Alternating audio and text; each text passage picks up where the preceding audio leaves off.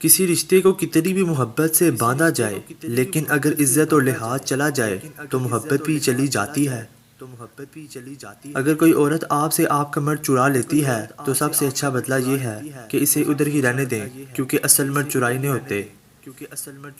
بانو کہتی تھی بے شک ماں پڑھی لکھی نہ ہو، پر دنیا میں ہم ہر ضروری بات اپنی ماں سے سیکھتے ہیں۔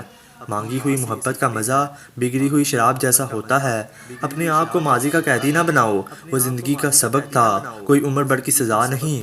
جو لوگ اپنی دعاؤں میں دوسروں کو شامل کرتے ہیں، خوشیاں بھی سب سے پہلے ان کے دروازے پر دستک دیتی ہیں۔ چیخو پکار انسان کو وقار کو کمی کا باعث بنتی ہیں۔ لوگوں کو اپنی خاموشی سے خوف زدہ کرنا سیکھو۔ ابھی آپ نے ایسا تعلق محسوس کیا ہے کہ کبھی کسی شخص کو غیر موجودگی میں زندگی خالی ماچس کی ڈبیاں بن جاتی ہیں۔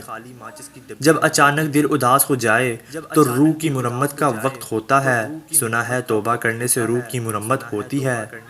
عورت کو تیز بننا پڑتا ہے اور بننا بھی چاہیے، ورنہ لوگ اس کی کمزوری سمجھ کر فائدہ اٹھانے میں دیر نہیں لگاتے۔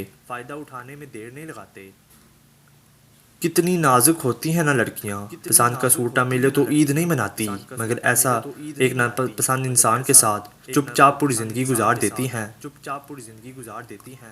انسان غم کی گرفت سے کبھی نہیں نکلتا، خوشی تو محض تھکان اتارنے کا ایک وقفہ ہے۔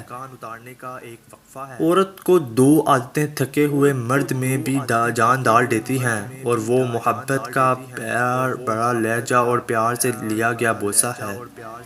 مرد کو عورت کا حسن نہیں، اس کا جذبہ متاثر کرتا ہے۔